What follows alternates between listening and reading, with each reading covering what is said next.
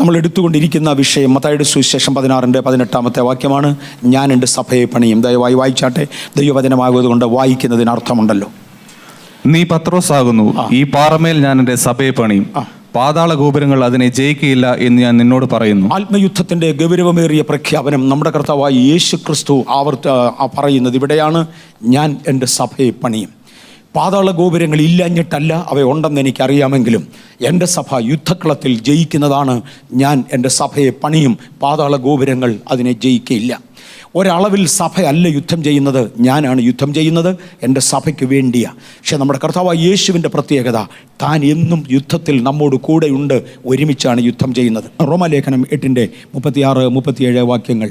നിന്റെ നിമിത്തം ഞങ്ങളെ ഇടവിടാതെ കൊല്ലുന്നു, അറുപ്പാനുള്ള ആടുകളെ പോലെ ഞങ്ങളെ എണ്ണുന്നു എന്ന് എഴുതിയിരിക്കുന്നുവല്ലോ. നാമോ നമ്മെ സ്നേഹിച്ചവൻ മുഖാന്തരം ഇതിലൊക്കെയും പൂർണ്ണ ജയം പ്രാപിക്കുന്നു. ഇവിടെ വിശുദ്ധ പൗലോസ് പറയുന്നത്, ഞാൻ ഇംഗ്ലീഷിലേക്ക് വരും. ഇവിടെ വിശുദ്ധ പൗലോസ് പറയുന്നത്, ജീവനോ മരണത്തിനോ, ഇപ്പോഴുള്ളതിനോ വരുവാനുള്ളതിനോ, ആഴത്തിനോ ഉയരത്തിനോ, ക്രിസ്തുവേശുവിലുള്ള സ്നേഹത്തിൽ നിന്ന് യാതൊന്നിനും ഞങ്ങളെ വേർപിടിപ്പാൻ കഴിയുകയില്ല. അതിനകത്ത് നഗ്നതയാകാം, പട്ടിണിയാകാം, ആപത്താകാം, കഷ്ടതയാകാം, വാളാകാം, കള്ളന്മാരാലുള്ള ഉപദ്രവമാകാം, കള്ള സഹോദരന്മാരുള്ള ഉപദ്രവമാകാം, എന്തൊക്കെ വേണമെങ്കിലും ആകാം. ഇതിലൊന്നിനും ക്രിസ്തുവേശുവിൽ നിന്നുള്ള സ്നേഹത്തിൽ നിന്ന് ഞങ്ങളെ വിടുവിപ്പാൻ കഴിയുകയില്ല. നാമോ ജയാളികൾ എന്നവിടെ എഴുതിയിരിക്കുന്നു. ഇംഗ്ലീഷ് വേദപുസ്തകത്തിൽ പറയുമ്പോൾ ഈ പട്ടിക ഇങ്ങോട്ട് പറഞ്ഞ ശേഷം ഒരൊറ്റ പ്രസ്താവനയാണ് 37-ൽ. നേ, അല്ല, ഇതൊന്നുമല്ല. ഞങ്ങളെ ഇടവിടാതെ കൊല്ലുന്നു, അറുക്കുവാനുള്ള ആടുകളെ പോലെ ഞങ്ങളെ എണ്ണുന്നു. അതെ, കഷ്ടതയുടെയും പട്ടിണിയുടെയും നടുവിൽ, അല്ലെങ്കിൽ ഉപദ്രവങ്ങളുടെയും ഭാരങ്ങളുടെയും നടുവിൽ ചിലർക്കത് തോന്നിയെന്ന് വരാം. അടുത്ത പദമാണ് നോ. നേ എന്ന പഴയ പ്രയോഗം. നോ, അങ്ങനെയല്ല. We are more than conquerors.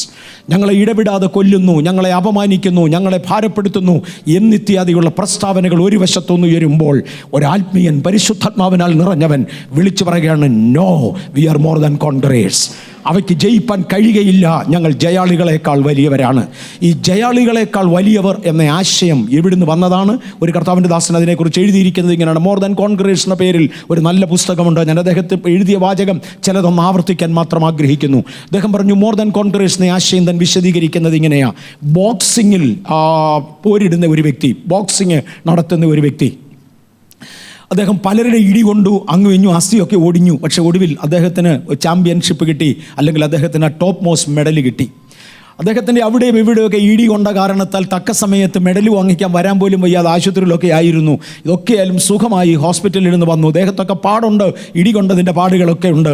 താൻ സ്റ്റേജിലേക്ക് വന്ന് ആ പ്രസൻറ്റേഷൻ കൊടുക്കേണ്ട വ്യക്തി, സമ്മാനം കൊടുക്കേണ്ട വ്യക്തി തനിക്ക് വലിയൊരു സമ്മാനം കൊടുത്തു. ആ സമ്മാനം ഇങ്ങോട്ട് വാങ്ങി ലോകം മുഴുവനും കൈയടിക്കുക, ആളുകൾ മുഴുവനും കൈയടിക്കുകയാണ്. കാര്യം അത്ര ശക്തമായി ഇടി കൊണ്ടെങ്കിലും ജയിച്ചവനാണ് താൻ. ആ സമ്മാനം വാങ്ങുന്നത്, നമ്മിൽ പലരും കഷ്ടതയുണ്ട്, പട്ടിണിയുണ്ട്, ആപത്തുണ്ട്, വാളുണ്ട്, നഗ്നതയുണ്ട്, ഇതൊക്കെ ഉണ്ടെങ്കിലും ജയാളിയാണ്. ആ ഒരു ആശയം നിൽക്കട്ടെ. അദ്ദേഹം അത് വാങ്ങിക്കൊണ്ട് നിൽക്കുമ്പോൾ തൗസൻഡ്സ് ആൻഡ് തൗസൻഡ്സ്, മില്യൺസിൻ്റെ ഒരു ചെക്കാണ്. അത് കയ്യിലോട്ട് വാങ്ങിച്ചു കഴിഞ്ഞപ്പോൾ തൻ്റെ ഭാര്യ ഓടി വന്നു. ഇടി കൊണ്ടിട്ടില്ലാത്ത, തൊഴി കൊണ്ടിട്ടില്ലാത്ത, ആ ബോക്സിങ് അറിയാൻ വയ്യാത്ത തൻ്റെ ഭാര്യ, കണ്ടാൽ കൊള്ളാവുന്ന ഒരു പെൺകുട്ടി, അദ്ദേഹത്തിൻ്റെ ഭാര്യ ഓടി സ്റ്റേജിലോട്ട് വന്നു. ഈ ചെക്ക് അവളങ്ങ് വാങ്ങിച്ചു. അങ്ങേരെ അവളെ കെട്ടിപ്പിടിച്ചൊരു ഉമ്മ കൊടുത്തു, അല്ലെങ്കിൽ അവൾ അദ്ദേഹത്തെ കെട്ടിപ്പിടിച്ചൊരു ഉമ്മ കൊടുത്തു, ഒരു കൺഗ്രാജുലേഷൻ പറഞ്ഞു. ഇടി കൊണ്ടത് ഈ മനുഷ്യനും, ചെക്ക് കൊണ്ടുപോയത് പെണ്ണുമാണ്. ഇടി കൊണ്ടവൻ കോൺകറർ, ജയാളിയ. ചെക്ക് കൊണ്ടുപോയ പെണ്ണ് മോർ ദാൻ കോൺകറർ. ഇതാണ് ആ എഴുത്തുകാരൻ കൊണ്ടുവന്ന ആശയം. കാൽവരിയിൽ അടിയേറ്റത് യേശുവാ, രക്തമൊഴുകപ്പെട്ടത് യേശുവിൻ്റെയാ, അടിപ്പിണരുകളാൽ സൗഖ്യം വന്നത് നമുക്കാ. We are more than conquerors. ഒരു വശത്ത് കഷ്ടത, ഒരു വശത്ത് ഉപദ്രവം, ഒരു വശത്ത് പട്ടിണി, ഒരു വശത്ത് ആപത്ത്, പിന്നൊരിടത്ത് വാള്. നിന്റെ നിമിത്തം ഞങ്ങളെ ഇടവിടാതെ കൊല്ലുന്നു, അറുക്കുവാനുള്ള ആടുകളെ പോലെ ഞങ്ങളെ എണ്ണുന്നു. ഞങ്ങളുടെ കൊലക്കളത്തിലേക്ക് വിൽക്കപ്പെട്ട ആടുകളെ പോലെയാണ്. No, we are more than conquerors. ഞങ്ങൾ ജയാളികളെക്കാൾ വലിയവരാണ്. എൻ്റെ യേശു ഇത് സഹിച്ച ശേഷം ഒരു ജയമെടുത്തെങ്കിൽ, അന്ധകാര ശക്തികളെ ഇന്ന് പകൽ ഞങ്ങൾ യേശുവിൻ്റെ നാമത്തിൽ വിളിച്ചു പറയുന്നു, ഇന്ന് പകൽ ഞങ്ങൾ ജയമെടുത്തുകൊണ്ട് മടങ്ങാൻ പോകുകയാണ്. കാര്യം യേശു ജയാളിയാണ്. ഞങ്ങൾ അതിനേക്കാൾ മുകളിലേക്ക് പോകുവാൻ ദൈവം ഞങ്ങളെ അധികം സ്നേഹിച്ചു. We are more than conquerors. എബ്രായ ലേഖനം 2:16 ദയവായി വായിക്കുമോ? എബ്രായർ 2:16. ദൂതന്മാരെ സംരക്ഷണ ചെയ്യുവാനല്ല, അബ്രഹാമിന്റെ സന്തതിയെ സംരക്ഷണ ചെയ്യുവാനത്രേ അവൻ വന്നത്. എനിക്ക് ആ ഇംഗ്ലീഷിൽ ഒരൊറ്റ വാക്ക് മാത്രം മതിയായിരുന്നു. But if you can keep continuing to project ആർക്കൊക്കെ പ്രയോജനപ്പെടും. അബ്രഹാമിന്റെ സന്തതിയെ രക്ഷിക്കേണ്ടതിനല്ല, വീണ്ടെടുക്കേണ്ടതിനാണ് യേശു വന്നത്. ദൂതന്മാരെ സംരക്ഷണ ചെയ്യാനല്ല. സ്വർഗത്തിലെ വീണുപോയതും നിലനിൽക്കുന്നതുമായ കോടി കോടി കോടി കോടി കോടി പറഞ്ഞു തീർക്കാൻ കഴിയാത്തത്രയും വലിയൊരു എമൗണ്ട് ദൂതന്മാരുണ്ട്. പക്ഷെ അവരെ സംരക്ഷണ ചെയ്യാനല്ല ദൈവപുത്രൻ ഈ മണ്ണിലേക്ക് ഇറങ്ങിയത്. അബ്രഹാമിൻ്റെ സന്തതിയെ, ഇവിടെ ആദാമ്യ സന്തതി എന്ന പ്രയോഗമല്ല, അബ്രഹാമിൻ്റെ സന്തതിയെ വിശ്വസിക്കുകയും വിശ്വാസം പ്രവൃത്തിയാൽ വെളിപ്പെടുത്തി ദൈവത്താൽ നീതീകരിക്കപ്പെടുകയും ചെയ്ത അബ്രഹാമിൻ്റെ സന്തതി. ഞാനതൊന്നുകൂടെ റിപ്പീറ്റ് ചെയ്യാൻ ആഗ്രഹിക്കുന്നു. ദൂതന്മാരെ രക്ഷിക്കേണ്ടതിനല്ല, ദൂതന്മാർക്ക് പ്രവൃത്തിയില്ല, ദൂതന്മാർക്ക് കാര്യങ്ങൾ അറിയാമെന്ന് മാത്രം. വിശ്വാസമാണോ എന്ന് എനിക്ക് പറയാൻ അറിയാം വയ്യ, അവർക്ക് അറിവുണ്ട്. വിശ്വാസത്തിൻ്റെ വേറൊരു ഫേസാണ് അറിവ്. അറിവും വിശ്വാസവും തമ്മിൽ വ്യത്യാസമുണ്ട്. വിശ്വാസമുണ്ടോ ഇല്ലയോ എന്ന് എനിക്ക് അറിയാൻ വയ്യ ദൂതന്മാർക്ക്. അവർക്ക് അറിവുണ്ടെന്നുള്ളത് ഉറപ്പാ. പക്ഷേ രക്ഷിപ്പാൻ വന്നത് അവരെയല്ല, പകരം അബ്രഹാമിൻ്റെ സന്തതിയെ. വിശ്വസിച്ച ശേഷം വിശ്വാസം പ്രവൃത്തിയിൽ കൊണ്ടുവരുവാൻ കഴിയാതെ, കൽപ്പന കേട്ട ശേഷം കൽപ്പന പ്രവൃത്തിയിൽ കൊണ്ടുവരുവാൻ കഴിയാതെ തകർന്നുപോയ ആദാമ്യ സർഗമെന്നല്ല പറഞ്ഞത്. കേട്ടത് വിശ്വാസമായി പരിണമിക്കുകയും ആ വിശ്വാസത്തിന് തക്കവണ്ണം പ്രവൃത്തിപഥത്തിൽ കാര്യങ്ങൾ കൊണ്ടുവരികയും ചെയ്ത അബ്രഹാമിൻ്റെ സന്തതിയെ സംരക്ഷണ ചെയ്യുവാനാണ് മനുഷ്യപുത്രൻ പ്രത്യക്ഷനായത്.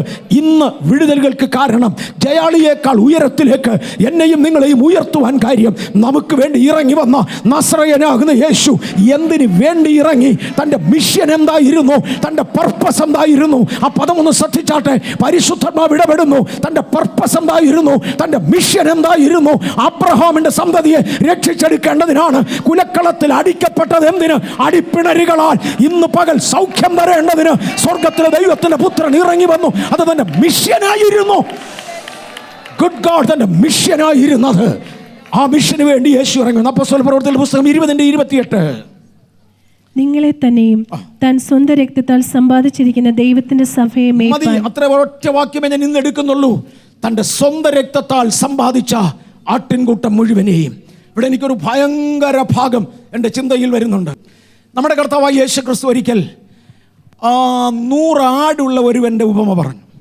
ഒരു മനുഷ്യന് 100 ആടുണ്ടായിരുന്നെന്നിരിക്കട്ടെ. ഒന്ന് കാണാതെ പോയാൽ 99 മരുഭൂമിയിൽ വിട്ടേച്ച് ആ കാണാതെ പോയാ ഒന്നിൻ്റെ പുറകെ പോകയില്ലയോ? യഹൂദന്മാരുടെ ഇടയിൽ പണ്ട് യേശു ഈ ഭൂമിയിൽ ജീവനോടിരുന്ന അക്കാലം, AD-യുടെ വെരി ബിഗിനിങ്, ആരംഭത്തിങ്കൽ നിലവിലിരുന്നതായ ഒരു കഥയാണ്, അല്ലെങ്കിൽ ഒരു ചോദ്യമാണ്. 100 ആടുള്ള ഒരു മനുഷ്യന് ഒരാട് നഷ്ടമായാൽ 99 എണ്ണത്തെയും കളഞ്ഞേച്ച് ഏത് പൊട്ട ഇടയനാടാ പോന്നേ? തിരിച്ചു വരുമ്പോഴത്തേക്ക് അവൻ്റെ 100 പോകത്തില്ലയോ?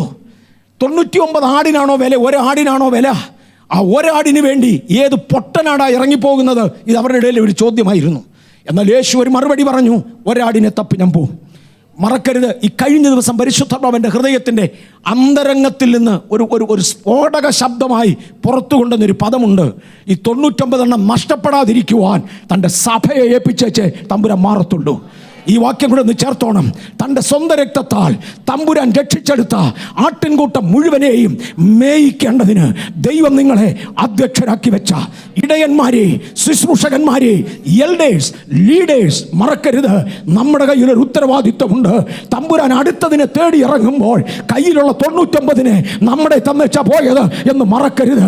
ഇന്ന് പകൽ ലോകത്തിൻ്റെ വിവിധ ഭാഗങ്ങളിൽ എനിക്കൊരു സഭയുമായി ബന്ധമില്ല, തോന്നിയതുപോലെ ജീവിക്കുക എന്ന് പറയുന്നവരോട് ഈ പകൽ ഞാൻ ഓർപ്പിക്കട്ടെ, കർത്താവ് 99 എണ്ണത്തെ നഷ്ടമാകാതിരിക്കുവാൻ താൻ സമ്പാദിച്ച നിങ്ങളെ, ഒരാട്ടിൻകൂട്ടത്തെ മുഴുവനും ഒരു ഇടയന്റെ കയ്യിൽ അല്ലെങ്കിൽ സഭകളിൽ ആക്കിയച്ചാ പോയത്, അല്ലെങ്കിൽ ഇവർ നഷ്ടമായി തീരും. ഓൾ റൈറ്റ്, ദൈവത്തിന് സ്തോത്രം. ഞാൻ മടങ്ങി വരട്ടെ. തൻ്റെ രക്തത്താൽ സമ്പാദിച്ച ദൈവസഭ, ഇവിടെ ഇരിക്കുന്നവർ യേശുവിൻ്റെ രക്തത്തിൻ്റെ വിലയാണ്. ആ വില കൊടുത്ത് യേശു വാങ്ങിച്ച ദൈവിക സമ്പാദ്യമാകയാൽ ഞാൻ ദൈവത്തെ സ്തുതിക്കുന്നു. നമുക്കറിയാം, മാന്യനായ ഒരു മനുഷ്യൻ്റെ, അല്ല കയ്യൂക്കുള്ള ഒരു മനുഷ്യൻ്റെ യാതൊരു വസ്തു വഴിയിൽ കിടന്നാൽ ആരും അത് അപഹരിക്കത്തില്ല. കയ്യൂക്കില്ലാത്തവൻ വഴിയെ പോയാൽ വേണമെങ്കിൽ പിടിച്ചു നിർത്തി അപഹരിക്കാം. സാധാരണ ഞാൻ വഴിയെ പോയാൽ ഒരു കൊള്ളക്കാരൻ എന്നെ പിടിച്ചെന്ന് വരാം. കൊള്ളക്കാരെ ഭയപ്പെടുന്ന ചിലർ ഇവിടെ ഉണ്ട്. ഇന്ന് പകൽക്കാലം അതിൻ്റെ മേൽ വിടുതലുമായി നിങ്ങൾ മടങ്ങാൻ പോകുകയാ. Praise the Lord. ലോകത്തിന്റെ വിവിധ ഭാഗങ്ങളിൽ ഐ റിപ്പീറ്റ്, അവിടെ ഇവിടെയും ഒക്കെ ഈ ഭയമുള്ളവർ ശ്രദ്ധിച്ചോ, നിങ്ങളെ എതിർക്കുവാൻ നിൽക്കുന്ന, നിങ്ങളെ നശിപ്പിക്കുവാൻ നിൽക്കുന്ന ചില കൊള്ളക്കാരെ ബലഹീനരാക്കി മാറ്റിക്കൊണ്ട് സ്വർഗം ചിലർക്ക് വേണ്ടി ഉത്തരമരുളുവാൻ പോകുകയാ. മടങ്ങി വരട്ടെ. ഒരു കൊള്ളക്കാരൻ, സാധാരണക്കാരൻ ഒരുവനെ പിടിച്ചു പറിക്കുമെങ്കിലും ബലവാന്റെ കയ്യിൽ നിന്ന് പിടിച്ചു പറിക്കുവാൻ ഒരു കൊള്ളക്കാരനെ കൊണ്ട് കഴിയത്തില്ല. ഇന്ന് പകൽ ഞാൻ ആരുടെ വകയാ? ഞാൻ കർത്താവിൻ്റെ വകയാണെങ്കിൽ പ്രൈസ് ദി ലോർഡ്. ഒരു കൊച്ചു കുഞ്ഞിൻ്റെ കയ്യിൽ ഒരു നെയ്യപ്പം കൊടുത്ത് വെളിയിലോട്ട് വിട്ടാൽ കാക്ക അതിനെ കൊത്തിപ്പറിച്ചുകൊണ്ട് പോയെന്ന് വരാം. ഒരു ബിസ്ക്കറ്റും കൊടുത്ത് വെളിയിലോട്ട് വിട്ടാൽ പരുന്ത ബിസ്ക്കറ്റ് റാഞ്ചിക്കൊണ്ട് പോകാൻ ശ്രമിച്ചെന്ന് വരാം. പക്ഷെ എൻ്റെ കയ്യിൽ പിടിച്ചിരിക്കുന്ന ഒരു ബിസ്ക്കറ്റ് റാഞ്ചുവാൻ ഒരു പരുന്ത് വരത്തില്ല. പരുന്തിനെ കണ്ടാൽ അറിയാം ഇവന്റെ കയ്യിൽ നിന്ന് കിട്ടത്തില്ല. ദൈവിക സമ്പാദ്യമേ, പ്രൈസ് ദി ലോർഡ്, ദൈവത്തിന്റെ സമ്പാദ്യമേ, യേശുവിന്റെ സമ്പാദ്യമേ, കരുത്തനായവന്റെ കത്തിനാൽ പിടിച്ചിരിക്കയാൽ പിടിച്ചു പറിക്കാവുന്നവൻ ഒരുവനില്ല. ഇന്ന് പകൽ ഞാൻ കരുത്തന്റെ കയ്യിലാകയാൽ ഹല്ലേലൂയ. ഭയമുള്ളവർ വിളിച്ചു പറഞ്ഞു, ഇന്ന് പകൽ ഞാൻ കരുത്തന്റെ കയ്യിലാ. ഓ, ബലവാന്മാരിൽ ബലവാനായവൻ ആരായി തമ്പുരാൻ? നക്ഷത്രങ്ങളെ പേര് പറഞ്ഞ് വിളിക്കുന്നവൻ, ഭൂമിയിലെ പൊടിയെ നാഴിയിൽ കൊള്ളിക്കുന്നവൻ, ആകാശത്തിന്റെ പരിമാണം ചാണുകൊണ്ടെടുക്കുന്നവൻ. ഇന്ന് പകൽ അവന്റെ കയ്യിൽ നിന്ന് പിടിച്ചു പറിക്കാവുന്ന ഒരുവനില്ല. പിശാചേ, അന്ധകാര ശക്തിയെ, എന്റെ യജമാനന്റെ വിനയായ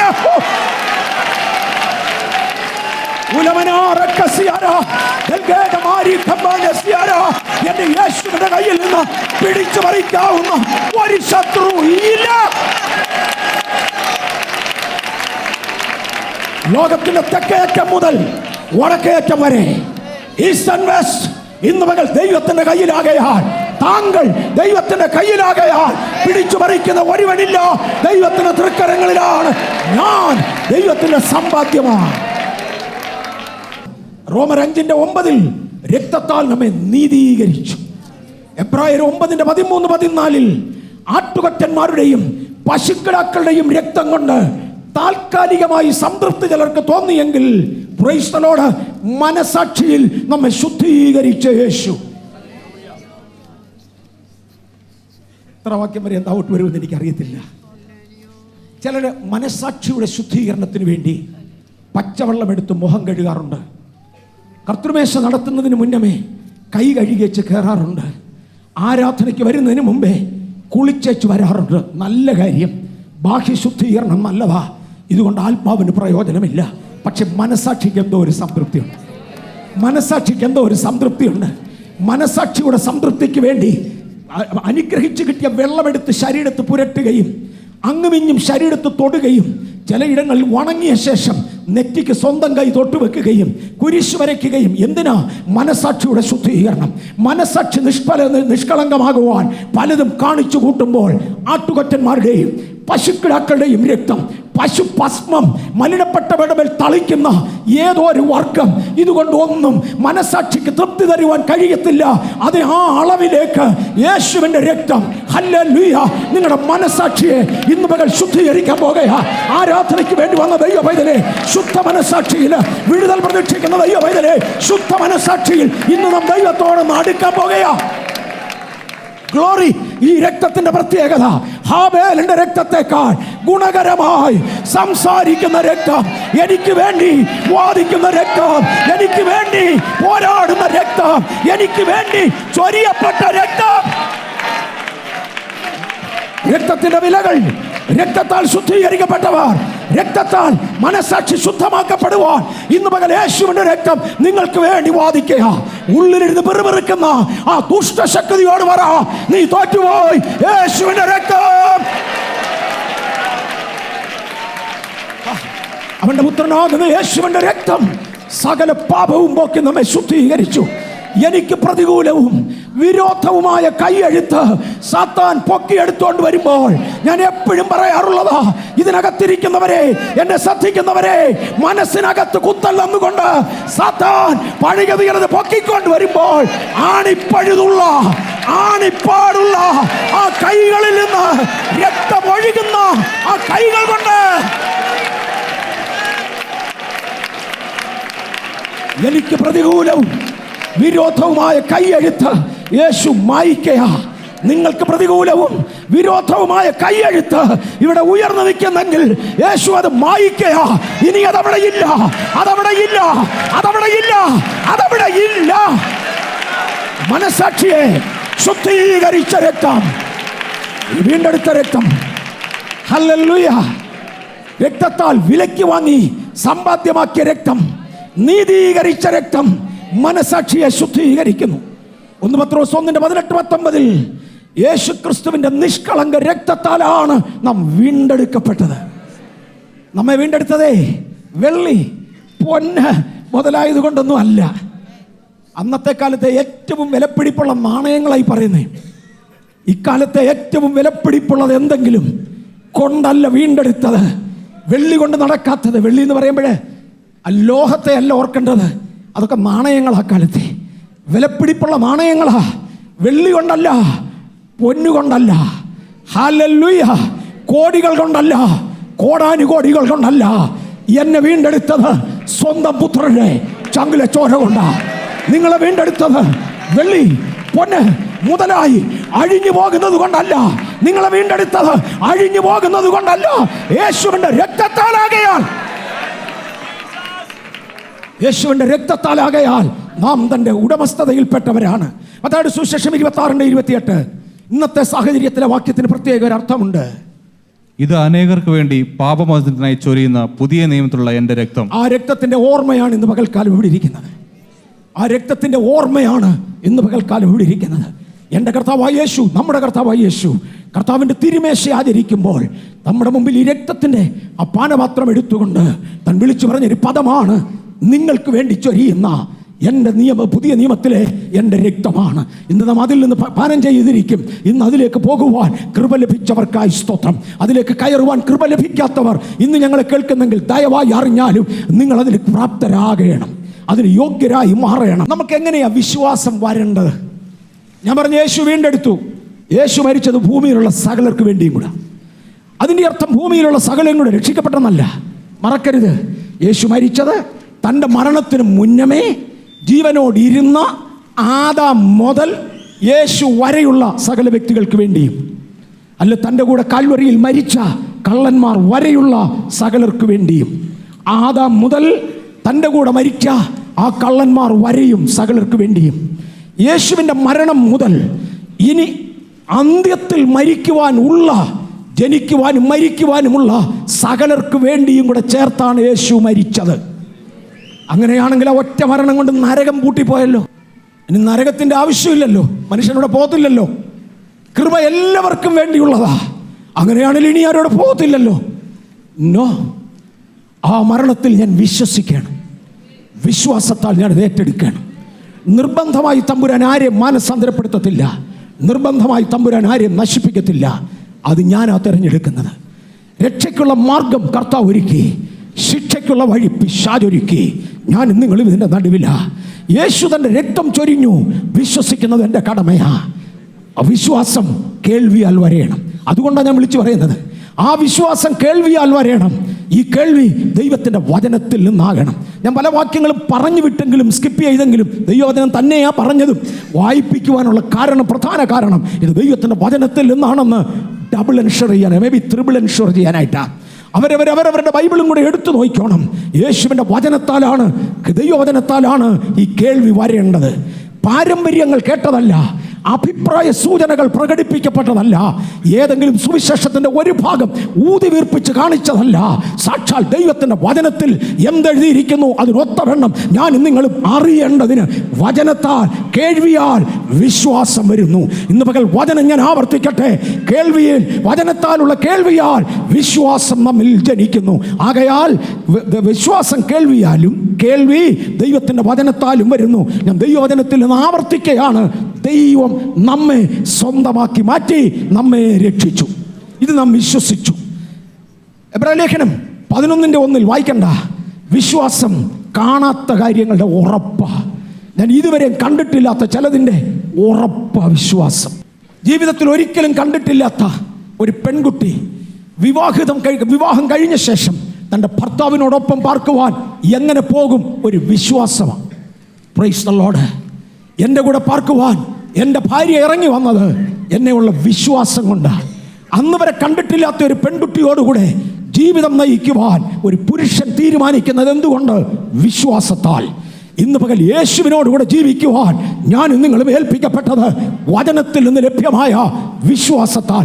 അത് കാണാത്ത കാര്യങ്ങളുടെ ഉറപ്പാണ്.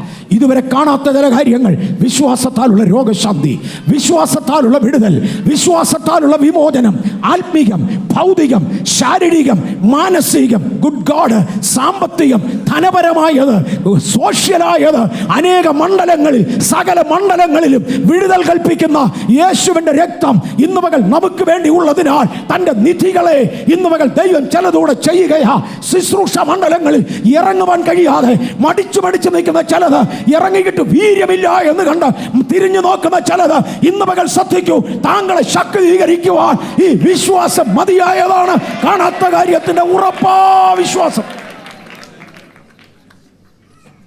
റോമാലേഖനം 10:9. യേശുവിനെ കർത്താവ് എന്ന് വായുകൊണ്ട് ഏറ്റുപറയുകയും ദൈവം അവനെ മരിച്ചവരിൽ നിന്ന് ഉയർത്തെഴുന്നേൽപ്പിച്ചു എന്ന് ഹൃദയം കൊണ്ട് വിശ്വസിക്കുകയും ചെയ്താൽ നീ രക്ഷിക്കപ്പെടും. ഇവിടെ പദം ഒന്നുകൂടെ ഒന്ന് ശ്രദ്ധിച്ചോണം. രക്ഷിക്കപ്പെടും എന്നൊരു ഫ്യൂച്ചർ ടെൻസാണ്. ഞാൻ പല പ്രാവശ്യം പറഞ്ഞു, രക്ഷയെക്കുറിച്ച് എവിടെയൊക്കെ തൊട്ടിട്ടുണ്ടെങ്കിലും ഞാൻ എപ്പോഴും പറയാറുണ്ട്, വിശ്വസിച്ചപ്പോൾ രക്ഷിക്കപ്പെട്ടു എന്ന് ബൈബിളിൽ ഇല്ല, ഇല്ല, ഇല്ലേ ഇല്ല. വിശ്വസിക്കപ്പെട്ടവനോട് രക്ഷിക്കപ്പെടും എന്ന് പറഞ്ഞിട്ടുണ്ട്. എല്ലായിടത്തും ഫ്യൂച്ചർ ടെൻസാ. ഹൃദയം കൊണ്ട് നീതിക്കായി വിശ്വസിക്കുകയും വാ കൊണ്ട് രക്ഷയ്ക്കായി ഏറ്റുപറയുകയും ചെയ്യുക, എന്നാൽ നീ രക്ഷിക്കപ്പെടും. രക്ഷിക്കപ്പെടുവാനുള്ള ചാൻസാണത്, മാർഗമാണത്, വഴിയാണത്. ഞാൻ ബോംബെന്ന് ബാംഗ്ലൂരിന് വരാൻ വേണ്ടി ട്രെയിനിൽ കയറി. പൂന കടന്നപ്പോൾ ആരെ ഒരാളിനെ വിളിച്ചു പറഞ്ഞു, പൂന കടന്ന് കേട്ടോ. ഇറങ്ങിയതിനേക്കാൾ അടുത്തു, നീ ബാംഗ്ലൂരിന് തന്നെയാണ് വരുന്നത്, റൂട്ട് തെറ്റിയിട്ടില്ല. റൂട്ട് തെറ്റാതെ പോകേണ്ടതിന് ചില പില്ലേഴ്സ് വഴിയിലിട്ടിരിക്കുക. റൂട്ട് തെറ്റാതെ അങ്ങ് ചെല്ലേണ്ടതിന് ചില നാഴിക കല്ലുകൾ വഴിയിൽ കൊടുത്തിരിക്കുക. 1, ഹൃദയം കൊണ്ട് വിശ്വസിക്കുക. 2, വാ കൊണ്ട് രക്ഷയ്ക്കായി ഏറ്റുപറയുക. വിശ്വാസം കാഴ്ചയാലല്ല, വിശ്വാസത്താലാണ് നാം രക്ഷിക്കപ്പെട്ടത്. വിശ്വാസം എന്നത് തന്റെ ആശിക്കുന്നതിൻ്റെ ഉറപ്പാ. ഒരാശയുണ്ട്, ആ വഴിയിലേക്ക് ഇറങ്ങി. യേശുവിൻ്റെ രക്തം അതിന് വിലയായി കൊടുത്തു. വീണ്ടെടുപ്പിന് വേണ്ടി യേശുവിൻ്റെ രക്തം ചിന്തി എൻ്റെ ജീവിതത്തിൽ പ്രായോഗികമാകേണ്ടതിന് ഞാനിത് വിശ്വസിച്ചു. 2, എൻ്റെ വാ കൊണ്ട് ഏറ്റു പറഞ്ഞു. ഇന്ന് പകൽ രോഗികളായി ഇതിനകത്തിരിക്കുന്നവർ, വ്യത്യസ്ത ഇടങ്ങളിൽ ഇരിക്കുന്നവർ, ഞാൻ ഇനി പദങ്ങൾ ഉപയോഗിക്കുമ്പോൾ ആഗോള വ്യാപകമായി എവിടൊക്കെ ആരൊക്കെ ഇരുന്നാലും ഇന്നിവിടെ ഇരിക്കുന്നവരെന്ന് ഞാൻ പറയുമ്പോൾ നിങ്ങളെ കൂടെ ഉൾപ്പെടുത്തിയാണ് എന്ന് ഞാൻ കർത്താവിൽ ഓർമ്മിപ്പിക്കട്ടെ. അതേസമയം ഒരു വശം കൂടെ പറയാം.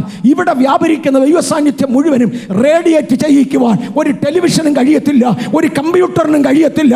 ദൈവസാന്നിധ്യം ഇവിടെ പരിലസിക്കുന്നുണ്ട്. അത് അനുഭവിക്കേണ്ടതിന് വേണ്ടി ഡ്രൈവിംഗ് ഡിസ്റ്റൻസിലുള്ളവർ, യാത്ര ചെയ്യാവുന്ന ഡിസ്റ്റൻസിലുള്ളവർ സഭാ ഹാളിനകത്തേക്ക് നടന്നു കയറാം. ഫസ്റ്റ് സർവീസ് സെക്കൻഡ് സർവീസ് നിങ്ങൾക്ക് ഇതിനകത്ത് നടന്നു കയറാവുന്നതാണ്. ലോകത്തിന്റെ വിവിധ ഭാഗങ്ങളിലുള്ളവർ നിങ്ങളുടെ അടുക്കലുള്ളതായ ഏതെങ്കിലും ആത്മാവിലും സത്യത്തിലും ദൈവത്തെ ദൈവപ്രമാണത്തിൽ ആരാധിക്കുന്ന സഭകളിൽ പോയി കൂട്ടായ്മ ആചരിക്കണം എന്ന് ഞാൻ ഓർപ്പിക്കട്ടെ. അതിന്റെ പുറത്തിത് നിങ്ങൾക്ക് പ്രയോജനമാണ്. വിശ്വാസം കേൾവിയാൽ വരുന്നു, കേൾവി ദൈവത്തിന്റെ വചനത്താൽ. ആ കേൾവി എന്നിൽ വിശ്വാസമായി പരിണമിച്ചത് ഞാൻ എൻ്റെ വാ കൊണ്ട് ഏറ്റുപറയണം. കർത്താവായ യേശുവിൻ്റെ സമയത്ത് ആ വിശ്വസിച്ച് ഏറ്റുപറഞ്ഞ ചിലരൊക്കെ ഉണ്ട്. അതായത് സുവിശേഷം 8:13 വായിക്കണ്ട. നീ എൻ്റെ പുരയ്ക്കകത്ത് വരുവാൻ യോഗ്യനല്ല എന്നൊരു സെഞ്ചൂറിയൻ, ഒരു ശതാധിപൻ പറയുന്നൊരു പ്രസ്താവനയുണ്ട്. ഒരു ശതാധിപൻ നമ്മുടെ യേശുവിനെ സമീപിച്ചു. യേശുവിനെ സമീപിച്ച യേശുവിനോട് പറഞ്ഞു, എൻ്റെ ഒരു ബാല്യക്കാരൻ തളർവാദ രോഗം വന്ന് കിടക്കുക, നീ അവനെ ഒന്ന് സൗഖ്യമാക്കണം. യേശു പറഞ്ഞു, ഞാൻ സൗഖ്യമാക്കാം. നേരെ ആ ശതാധിപൻ പറഞ്ഞ വാചകം, യേശുവേ, അങ്ങൻ്റെ പുരയ്ക്കകത്ത് വരുവാൻ ഞാൻ യോഗ്യനല്ല. ഗുഡ് ഗോഡ്, അങ്ങൻ്റെ പുരയ്ക്കകത്ത് വരുവാൻ ഞാൻ യോഗ്യനല്ല. അങ്ങ് ഒരു വാക്ക് കൽപ്പിച്ചാൽ എൻ്റെ ബാല്യക്കാരന് സൗഖ്യം വരും. എൻ്റെ കീഴിൽ പടയാളികളുണ്ട്, പട്ടാള ചിട്ട എനിക്കറിയാം. ഞാൻ ഒരുവനോട് പോക എന്ന് പറഞ്ഞാൽ അവൻ പോയിരിക്കും. എൻ്റെ കീഴിലുള്ള ഒരുവനോട് വരിക എന്ന് പറഞ്ഞാൽ അവൻ വന്നിരിക്കും.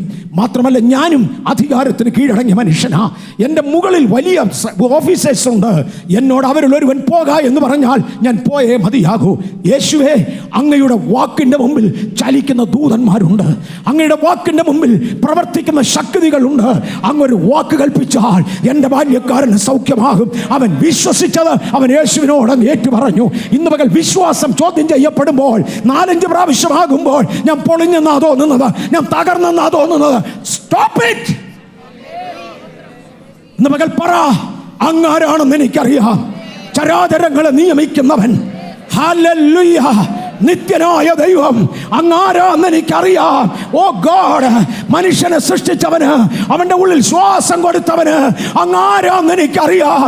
മരിച്ചവരെ ഉയർപ്പിച്ചവന് അങ്ങാരാന്ന് എനിക്കറിയാം. കടലിലെ വെള്ളത്തെ ശ്വാസിച്ചമർത്തിയവന് അങ്ങാരാന്ന് എനിക്കറിയാം. പച്ചവെള്ളത്തിന്റെ മേൽ നടന്നവന് അങ്ങാരാന്ന് എനിക്കറിയാം. ഓ ഗോഡ്, അങ്ങൊരു വാക്ക് കൽപ്പിച്ചാൽ സംഭവിക്കും. ഇന്ന് പകൽ ചിലർക്ക് വേണ്ടി കൽപ്പന വീഴാൻ പോകുകയാ. ചിലർക്ക് വേണ്ടി കൽപ്പന വീഴാൻ പോകുകയാ. കരുണയുള്ളവന്റെ വായിൽ നിന്ന്, അതേസമയം അധികാരമുള്ളവന്റെ വായിൽ നിന്ന് ഇന്ന് പകൽ കൽപ്പന വീഴാൻ പോകുക.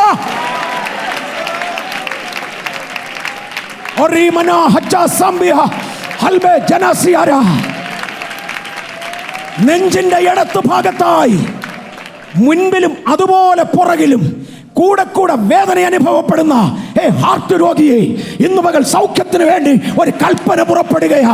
ആവർത്തിക്കാം.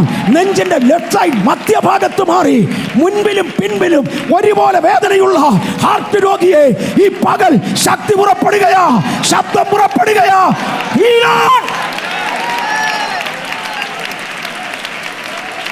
അങ്ങൊരു വാക്ക്, അങ്ങൊരു വാക്ക്, അങ്ങൊരു വാക്ക്. സുറഫനക്കാരത്തെ സ്ത്രീയെ നമുക്കറിയാം. അവളോട് യേശു പറഞ്ഞു, നായ്ക്കൾക്ക് എങ്ങനെയാ കൊടുക്കുന്നത്? പോ, എൻ്റെ കയ്യിലുള്ള അനുഗ്രഹം എബ്രായനുള്ളതാ, എൻ്റെ കയ്യിലുള്ള അനുഗ്രഹം ഇസ്രായേലിനുള്ളതാ. മക്കളുടെ അപ്പമെടുത്ത് നിനക്ക് നായ്ക്കുട്ടിക്ക് തരത്തില്ല. അവൾ പറഞ്ഞു, തമ്പുരാനെ, നായാന്ന് സമ്മതിച്ചു, പക്ഷെ എനിക്ക് വേണം.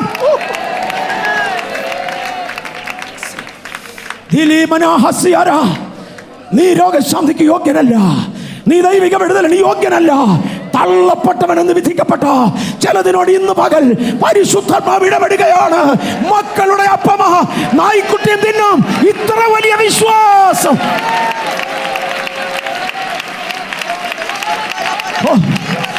നിന്ന് ശ്രദ്ധിച്ചേ, പ്ലീസ് ശ്രദ്ധിച്ചേ. ഇനി ശരിയാകത്തില്ലെന്ന് പ്രവചനം പറഞ്ഞ, ഞാൻ ചാകുന്നത് സ്വപ്നം കണ്ടുവെന്ന് പറഞ്ഞ, നീ തന്റെ ചത്ത് കിടക്കുന്നത് ഞാൻ ദർശനത്തിൽ കണ്ടുവെന്ന് പറഞ്ഞ പ്രവചനങ്ങളെ തിരുത്തി എഴുതുന്ന ഒരു വിശ്വാസം.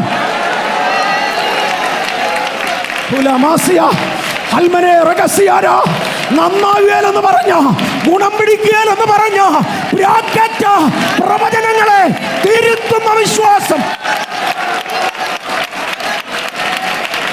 ഹല്ലേലൂയ. ഇവിടുത്തെ പ്രശ്നവും ശ്രദ്ധിച്ചോണേ. ഇത് ആരാണ്ടോട് 100-200 പേരോടൊന്നും അല്ല. It's for a lot, a bigger lot. പരിശുദ്ധമാവ് ഇടപെടുക. ഇവിടെ പറഞ്ഞത് ആരാ? യേശുവിന്റെ വാഗൊണ്ടാ പറഞ്ഞത്. മക്കളെ അപ്പമായത് നായ്ക്കുട്ടിക്ക് തരത്തില്ല. മനസ്സിലാകാത്ത ചിലരുണ്ട്, ബൈബിൾ പരിചയമില്ലാത്തത് കൊണ്ട്. അവർക്ക് വേണ്ടി 1/2 മിനിറ്റ് കൊണ്ടൊരു വിശദീകരണം. അന്യജാതിയിൽപ്പെട്ട ഒരു സ്ത്രീ ഒരിക്കൽ യേശുവിൻ്റെ അടുക്കൽ വന്നേച്ച് തനിക്ക് ഒരു വിടുതൽ, രോഗസൗഖ്യം വേണമെന്ന് പറഞ്ഞു. എൻ്റെ മകൾക്ക് ഒരു രോഗസൗഖ്യം വേണമെന്ന് പറഞ്ഞു. യേശു ആ സ്ത്രീയോട് പറഞ്ഞു, എന്നെ അയച്ചിരിക്കുന്നത് ഇസ്രായേൽ ഗ്രഹത്തിലേക്കാ, യഹൂദന്മാരുടെ ഇടയിലേക്കാ. നീ അന്യജാതിയിൽപ്പെട്ടതാ, നിനക്ക് തരാനല്ല എന്നെ അയച്ചത്. പ്രവചനം പറഞ്ഞത് യേശുവാ, അതിനേക്കാൾ മേളിലാരും ഇല്ലല്ലോ. പ്രവചനം പറഞ്ഞത് യേശുവാ, അതിനേക്കാൾ മേളിലാരും ഇല്ലല്ലോ. ആ സ്ത്രീ വിട്ടില്ല. അവൾ പറഞ്ഞ നായ്ക്കുട്ടിയാണെന്ന് സമ്മതിക്കുന്നു. കാരണം ഇസ്രായേൽ മക്കൾ അന്ന് മറ്റുള്ളവരെ ചിലരെ വിളിച്ചിരുന്നത് നായ്ക്കളെന്ന. നായ്ക്കൾ മക്കളുടെ അപ്പമെടുത്ത് നായ്ക്കുട്ടിക്ക് ഇട്ടുകൊടുക്കുന്നത് ശരിയാകുകയില്ല. അത്ര തരം താഴ്ത്തി പറഞ്ഞ വേറൊരു രംഗമില്ല. എൻ്റെ യേശുവിൻ്റെ മാവക്കിൻ്റെ മുമ്പിൽ ആ സ്ത്രീയുടെ മറുപടി, രാജാവേ, യജമാനനെ, കർത്താവേ, ശക്തനെ, ഞാൻ ഒരു കാര്യം സമ്മതിക്കുന്നു, പക്ഷെ നായ്ക്കളും ജീവിക്കുന്നത് യജമാനന്റെ മേശയിൽ നിന്ന് വീഴുക. എനിക്കെതിരെ അങ്ങ് പറഞ്ഞ ആ പ്രവചന ശബ്ദത്തെ ഈ വിശ്വാസത്താൽ ഞാൻ തടയുകയാ. ഹല്ലേലൂയ. ചിലരുടെ വിശ്വാസത്തിന്റെ പരിചയം എടുത്തു പ്രവചനങ്ങൾ തടയുവാൻ, വാക്കുകൾ തടയുവാൻ, നെഗറ്റീവ് വാചകങ്ങൾ തടയുവാൻ, നെഗറ്റീവായ ദൂതുകൾ, നെഗറ്റീവായ ദർശനങ്ങൾ, നെഗറ്റീവായ ശാപങ്ങൾ, നെഗറ്റീവായ അഴിക്കുവാൻ. ഇന്ന് പകൽ ചിലത് സംഭവിക്കുക. ഇവിടെ പകലാ, നിങ്ങൾ ചിലർക്ക് രാത്രിയാ. വിവിധ ഇടങ്ങളിൽ വ്യത്യസ്ത ടൈം സ്കെയിലാണ് നമ്മള്. വിവിധ ഇടങ്ങളിൽ ടൈം സോണുകൾ മാറുന്നെങ്കിൽ ദൈവത്തിന് ഇതിന് വ്യത്യാസമില്ല. രാവിന്റെയും പകലിന്റെയും യജമാനൻ, കാലങ്ങളുടെ ദൈവം, കാലാതീതനായവൻ ഇന്ന് പകല് ഇടപെടുകയാ. ഹല്ലേലൂയ. ആ സ്ത്രീ പറഞ്ഞു, നായ്ക്കുട്ടികളും യജമാനന്റെ മേശയിൽ നിന്ന് വീഴുന്നു തിന്നുന്നു. പിന്നെ അവിടെ തന്നെ ഭർത്താക്കന്മാർ ശപിച്ച ഭാര്യമാർ, ഭാര്യമാർ സ്ഥിരം ശപിക്കുന്ന ഭർത്താക്കന്മാർ, നെഗറ്റീവ് പ്രയർ കഴിഞ്ഞ ചില ദിവസങ്ങളിലായി പൊങ്ങി വരിക. എതിർ പ്രാർത്ഥനകൾ നശിച്ചു പോകണമെന്ന് പറഞ്ഞ് എനിക്കും നിങ്ങൾക്കും വിരോധമായി, ദൈവസഭയ്ക്ക് വിരോധമായി ഉയരുന്ന പ്രസ്താവനകൾ യേശുവിന്റെ നാമത്തിൽ ഉയർന്നു നിൽക്കുമ്പോൾ സുറഫനക്കാരത്തി പറയുകയാ, ഓ ഗോഡ്, ഹല്ലേലൂയ.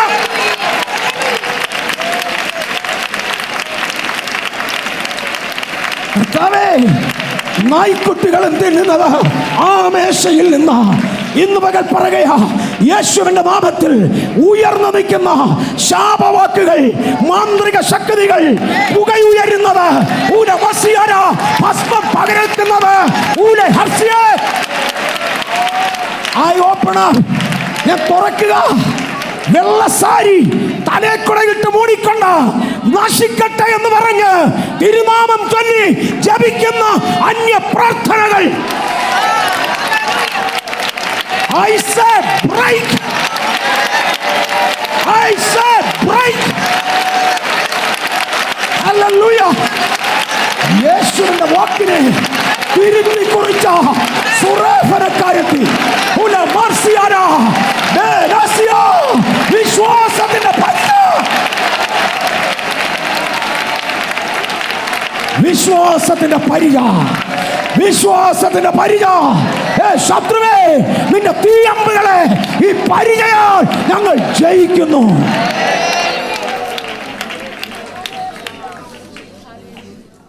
പ്രവൃത്തിയില്ലാത്ത വിശ്വാസം നിർജീവമാണ്. യേശുവിൻ്റെ രക്തമാണ് വില മുടക്കിയത്. കർത്താവാണ് നമ്മളെ വീണ്ടെടുത്തത്. 2, നമ്മളത് വിശ്വസിച്ചു. ആ വിശ്വാസത്തിന് ഭയങ്കര വിലയാ. ആ വിശ്വാസം നമ്മൾ ഏറ്റുപറഞ്ഞു. ഏറ്റുപറഞ്ഞപ്പോൾ വിശ്വാസം കുറെ കൂടെ ശക്തമായി, അത് കുറെ കൂടെ സോളിഡായി നമ്മുടെ ജീവിതത്തിൽ പ്രവർത്തനം ആരംഭിച്ചു. ആ വിശ്വാസം നമ്മൾ പ്രവർത്തിച്ചാൽ തൻ്റെ എതിർ ശക്തികളെയും മാന്ത്രിക കെട്ടുകളെയും ദൈവത്തിൻ്റെ നാമത്തിലുള്ള യേശു പറഞ്ഞ പ്രസ്താവന വരെ തിരുത്തി കുറിക്കുന്ന വിശ്വാസത്തിൻ്റെ കത്തൽ, കാണാത്ത കാര്യത്തിൻ്റെ ഉറപ്പ്, അത് വാക്കുകൊണ്ടുള്ള ഏറ്റുപറച്ചിൽ. It became solid. തുടർന്നാണ് യാക്കോബ് പറഞ്ഞത് 2:17 പ്രവൃത്തിയില്ലാത്ത വിശ്വാസം നിർജീവമാണ്. മത്തായിയുടെ സുവിശേഷം 17:20-21 ദയവായി വായിക്കാമോ? അവൻ അവരോട്, നിങ്ങളുടെ അല്പവിശ്വാസം നിമിത്തമത്രേ. നിങ്ങൾക്ക് കടുകുമണിയോളം വിശ്വാസമുണ്ടെങ്കിൽ ഈ മലയോട് ഇവിടെ നിന്ന് അങ്ങോട്ട് നീങ്ങുക എന്ന് പറഞ്ഞാൽ അത് നീങ്ങും. നിങ്ങൾക്ക് ഒന്നും അസാധ്യമാകുകയുമില്ല. എങ്കിലും പ്രാർത്ഥനയാലും ഉപവാസത്താലും അല്ലാതെ ഈ ജാതി നീങ്ങിപ്പോകുന്നില്ല. ഒന്ന് ശ്രദ്ധിച്ചോണേ. നിങ്ങൾക്ക് കടുകുമണിയോളം വിശ്വാസമുണ്ട്, മലയും മാറ്റാം. എങ്കിലും അതിനെ ഇടപെടർത്തവേ, ആദ്യത്തെ സ്റ്റേറ്റ്മെന്റ് കംപ്ലീറ്റ് അല്ലേ? അന്ന് പിന്നെ എങ്കിലും എന്ന പദം വരത്തില്ല. It's inclusive. എങ്കിലും ഉപവാസവും പ്രാർത്ഥനയും ആ കാര്യത്തിന് വേണം. ഭൂതങ്ങളെ പുറത്താക്കാൻ ഉപവസിക്കുക എന്നുള്ളത് ക്രിയയാണോ വിശ്വാസമാണോ? ശുദ്ധ ക്രിയയാണ്. വിശ്വസിക്കുന്നവനാൽ കടുകുമണിയോളം വിശ്വാസമുണ്ടെങ്കിൽ എന്തും ചെയ്യാം. മല മാറ്റാം. ഗുഡ് ഗോഡ്, മല മാറ്റാം. നിങ്ങളുടെ മുമ്പിൽ പ്രതിബന്ധമായി നിൽക്കുന്ന ചില മലകളോട് ഇന്ന് മാറാൻ പറയാൻ പോവാ. എന്നിട്ട് യേശു പറയാം, ഭൂതത്തിന് വേണ്ടിയാണോ പ്രാർത്ഥിക്കുന്നത്? അതിൻ്റെ കൂടെ അസോസിയേറ്റഡ് ആണ് ഉപവാസം. അതുകൊണ്ടാണ് എങ്കിലും. ഇന്ന് നിങ്ങൾക്ക് എന്തോ വേണ്ട, ചില എങ്കിലും എങ്ങാണ്ടൊക്കെ കിടപ്പുണ്ട്. വിശ്വാസത്തെ ബേസ് ചെയ്ത് വിശ്വാസത്തിൻ്റെ ക്രിയയാത്. സ്തോത്രം. വിശ്വാസത്തെ ബേസ് ചെയ്ത് വിശ്വാസത്തിൻ്റെ ക്രിയയാത്. കേരളത്തിൻ്റെ സാഹചര്യത്തിൽ തെങ്ങ്, പറുങ്കി മുതലായ ചില വൃക്ഷങ്ങൾ, റബ്ബർ, ഇങ്ങനെ ചില വൃക്ഷങ്ങൾ ആളുകൾ പാട്ടത്തിനെടുക്കും. 5 വർഷത്തേക്ക് ഈ റബ്ബറും തോപ്പ് ഞാൻ പാട്ടത്തിനെടുക്കുക. റബ്ബർ വെട്ടി വിൽക്കാനല്ല, അതിലെ കറ എടുക്കാൻ. ആ റബ്ബറിൻ്റെ കറ 5 വർഷത്തേക്ക് ഈ മാവ് ഞാൻ എടുക്കുക. മാവ് വെട്ടാനല്ല, അതിലെ ഫലം പറിച്ചുകൊണ്ട് പോകാനായിട്ട്. ഇന്ന് പകൽ വിശ്വാസം എന്ന വൃക്ഷത്തിൽ നിന്ന് കായ്ച്ചു വരുന്ന ചില അനുഭവങ്ങളുണ്ട്. അത് അതിൻ്റെ ഫലമാണ്. വിശ്വാസം എന്ന് പറയുമ്പോൾ ഇതെല്ലാം കൂടി ഇൻക്ലൂസീവാ, ഇതെല്ലാം കൂടി ഒന്നിച്ചു ചേർത്തതാ. വിശ്വാസം എന്ന മാവേൽ കായ്ക്കുന്ന ഒരു മാങ്ങയാണ് ഉപവാസം. വേറൊന്നായിരിക്കാം ദാനധർമ്മം, ഇനിയൊന്നായിരിക്കാം ദൈവത്തിന് വിശുദ്ധമായി ജീവിക്കുക, ഇനിയൊന്നായിരിക്കാം ആത്മിക ജീവിതം സൂക്ഷിക്കുക. എന്നിങ്ങനെ വിശ്വാസം എന്ന വൃക്ഷത്തിൻ്റെ മേൽ കായ്ക്കുന്ന ഫലങ്ങൾ ഉൾപ്പെടെ ഫലമില്ലാത്ത വൃക്ഷത്തെ വെട്ടിക്കളയുമ്പോൾ ഇന്ന് പകൽ ഫലം കായ്ക്കുന്ന വൃക്ഷങ്ങളെ തമ്പുരാൻ തപ്പിക്കൊണ്ടിരിക്കുക. ആവർത്തിക്കട്ടെ, ഫലമില്ലാത്ത വൃക്ഷങ്ങൾ വെട്ടിക്കളഞ്ഞുകൊണ്ടിരിക്കുമ്പോൾ ഫലം കായ്ക്കുന്ന ചിലതിനെ തമ്പുരാൻ ആഗ്രഹിക്കുകയാണ്.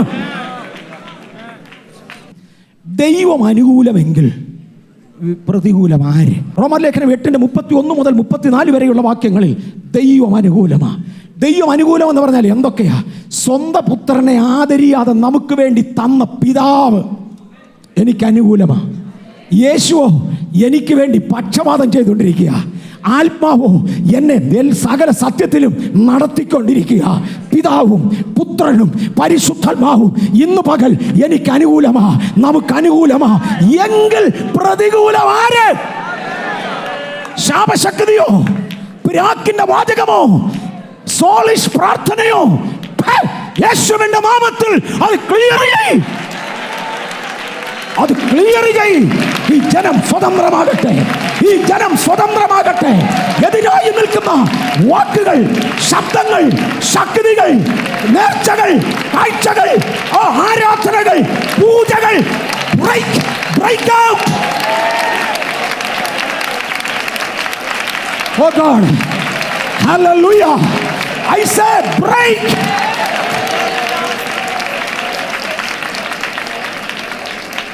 ചിലപ്പോൾ എൻ്റെ മക്കളും കൊച്ചുമക്കളും എന്നോട് എന്തേലും ഒന്ന് ചോദിച്ചേച്ച് നോന്ന് ഞാൻ പറഞ്ഞേച്ച്. ചില നോ പറയുന്നത് അവരൊന്നുകൂടെ ചോദിക്കാൻ വേണ്ടിയാ, ചിലത് ചെയ്യാതിരിക്കാൻ വേണ്ടിയാ. നോ എന്ന് പറഞ്ഞാൽ കൊടുക്കത്തില്ല, അതുകൊണ്ടാണ് ഈ നോ പറഞ്ഞ്.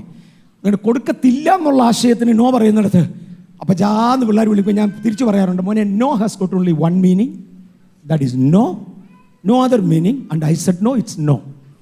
ഇന്ന് പകൽ break has got one meaning, that is break. I said break. Break. Hallelujah. I am specific. I said break.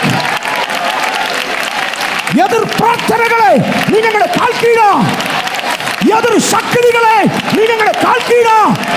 Break. Break.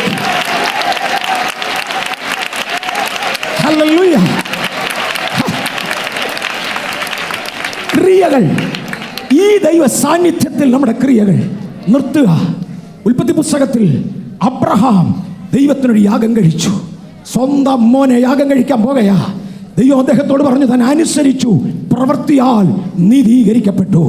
അബ്രഹാമിന്റെ സന്തതിയെ രക്ഷിക്കേണ്ടതിന് വേണ്ടി യേശു ഇറങ്ങി വന്നു.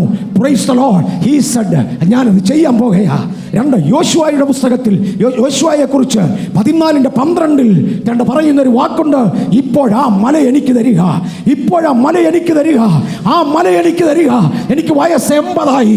40-ാം വയസ്സിൽ എൻ്റെ മേൽ വ്യാപരിച്ച ആരോഗ്യം ഇന്ന് തിരിച്ചു വരികയാ. ചിലതിൻ്റെ യൗവനം കഴുകനെ പോലെ പുതുക്കുവാൻ, ചിലതിൻ്റെ മേൽ ആരോഗ്യം പകരുവാൻ, ചില ബലഹീനമായി ഇതിനെ ശക്തീകരിക്കുവാൻ ഇന്ന് ദൈവശക്തി ഇതിനകത്തുണ്ട്. ഹല്ലേലൂയ. ഇന്ന് ദൈവശക്തി ഇതിനകത്തുണ്ട്. ബലഹീനമായ ചിലതിനെ, ആത്മമണ്ഡലത്തിൽ തളർന്നതിനെ, ഭൗതിക മണ്ഡലത്തിൽ തളർന്നതിനെ, സാമ്പത്തിക മണ്ഡലത്തിൽ തളർന്നതിനെ, പരീക്ഷ എഴുതി എഴുതി തളർന്നതിനെ ഇന്ന് പകൽ പുനരുദ്ധരിക്കുവാൻ, പലിശ കൊടുത്ത് തകർന്നതിനെ ഇന്ന് പകൽ പുനരുദ്ധരിക്കുവാൻ ഒരു ദൈവശക്തി.